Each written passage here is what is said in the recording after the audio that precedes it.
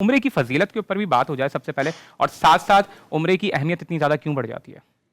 بسم اللہ والصلاۃ والسلام علی رسول اللہ۔ قرآن مجید میں اللہ تبارک و تعالیٰ نے عبادات کا جہاں ذکر کیا ہے ان میں حج بھی ہے اور عمرہ بھی ہے، اور نبی پاک صلی اللہ علیہ وآلہ وسلم نے عمرے کی بڑی فضیلت بیان کی، اور بالخصوص رمضان المبارک کے عمرے کی زیادہ فضیلت ہے۔ حضور نے فرمایا، ایک حدیث سے فرمایا کہ العمرۃ الی العمرہ، ایک عمرے سے دوسرے عمرہ، ما بینہما کفارۃ لما بینہما، جو ان دونوں کے درمیان گناہ ہے ان کا کفارہ ہے، یعنی ایک عمرہ کریں دوسرے عمرے کرنے تک جو درمیان میں گناہ ہے، اگلا عمرہ ان گناہوں کو مٹا دیتا ہے۔ ایک اور حدیث کا مفہوم ہے جس میں اللہ کے نبی صلی اللہ علیہ وسلم نے ترغیب دی اپنی امت کو کہ عمرے کیا کرو، کیونکہ فرمائی یہ گناہوں کو ختم کر دیتے ہیں اور تمہاری محتاجی کو دور کرتے ہیں، فقر کو دور کرتے ہیں۔ یعنی ہم لوگ سمجھتے ہیں کہ پیسہ لگتا ہے اور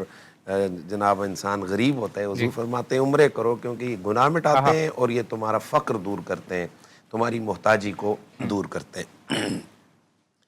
اسی طرح خود نبی پاک صلی اللہ علیہ وسلم نے عمرے ادا فرمائے، اور اس حوالے سے عمرہ جو ہے وہ سنت ہے، اور حج کے ساتھ جو ہے نا وہ بھی ایک سلسلہ ہے کہ کبھی اگر حج قران ہو یا حج تمتع ہو تو اس میں بھی عمرہ شامل ہوتا ہے۔ آپ بھی ابھی عمرے سے آ رہے ہیں ماشاءاللہ، زیارتوں پہ گئے تھے، عمرے پہ گئے تھے، تو آپ کا کیسا ایکسپیرینس رہا ہے وہاں پر جا کے؟ ایک لیول آف ایکسپیرینس جو انسان کا بڑھ جاتا ہے، کیا ایکسپیرینس رہا وہ بھی شیئر کیجیے گا۔ جی ماشاءاللہ، تو میں وہ رمضان کے عمرے کی بات کرتا، اللہ کے نبی نے فرمایا کہ رمضان میں جس نے عمرہ کیا وہ ایسے جس طرح اس نے میرے ساتھ حج کیا۔ الحمدللہ میں بھی ابھی چند دن ہوئے واپس آیا عمرہ سے، تو الحمدللہ کون مسلمان ہے جس کا حرمین طیبین کے سفر کے بعد یہ کہنا کہ جی میرا ایکسپیرینس ٹھیک نہیں رہا۔ تو وہ کہتے ہیں نا کہ دنیا دے سفراں تو بندہ اک بھی تے جاندا ہے، تھک بھی تے جاندا ہے، پر سفر مدینے دا ہر وار بڑا سونا۔ تو مدینہ طیبہ، حرمین طیبین دونوں یہ مقامات مقدسہ کی واقعی جو مقامات ہیں، صحابہ کرام کے مزارات ہیں، اہل البیت کے مزارات ہیں، یقیناً وہ سارے مقامات مقدسہ اور شاعر اللہ میں صفا ہے، مروہ ہے۔ قرآن مجید نے واضح طور پر جیسے آپ نے آیت تلاوت کی ہے وَمَن يُعَظِّمْ شَعَائِرَ اللَّهِ فَإِنَّهَا مِن تَقْوَى الْقُلُوبِ، تو ان صفا اور مروہ پہاڑیوں کو بھی شاعر اللہ قرار دی ہے، اور کمال کی بات یہ ہے سورۃ الحج اسی میں اللہ ذکر فرماتا ہے وَالْبُدْنَ جَعَلْنَاهَا لَكُم مِّن شَعَائِرِ اللَّهِ، کہ ہم نے یہ جو جانور قربانی کے لیے تم لے کر جاتے ہو، ہم نے ان کو بھی اللہ کی نشانیاں بنا دی ہیں۔ اسی وجہ سے ہمارے فقہاء نے بڑا ڈیٹیل میں لکھا ہے کہ اس جانور کو آپ اذیت نہیں دے سکتے، اس کو تکلیف نہیں، اس پر وزن نہیں لا سکتے جس کو آپ قربانی کے لیے ہدی کے طور پر ساتھ لے کے چلتے ہیں، جانور جو حرم شریف کی آپ وہاں جا کر قربانی کرنی ہے۔ تو اس کا مطلب یہ ہے کہ ویسے ایک جانور ہے اس پہ آپ وزن لاد سکتے ہیں، اونٹ ہے اس کو آپ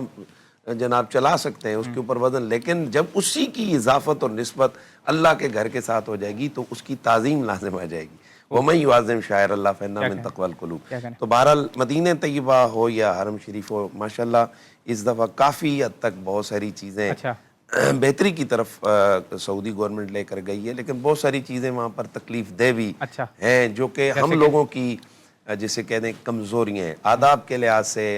عمرے کے دوران بالخصوص یہ جو ہمارے ہاتھ میں یہ جو شیطان کا جو آنا گیا ہے، یہ شیطان کا آلہ، اس کے وجہ سے میں سمجھتا ہوں بہت زیادہ طبیعت منقبض ہوئی ہے۔ یعنی آپ حیران ہوں گے کہ ملتزم شریف کے ساتھ جہاں جا کر اللہ کے گھر کے سامنے انسان کے اوپر وہ کیفیات طاری ہوتی ہیں، وہ بیان سے باہر ہیں، وہاں بھی وہ ایسے وہ لوگوں کو دکھا رہے ہوتے ہیں اور ویڈیو بنا رہے ہوتے ہیں کہ میں ملتزم سے لپٹا ہوا۔ اب کہاں رہ گیا وہ خلوص؟ پھر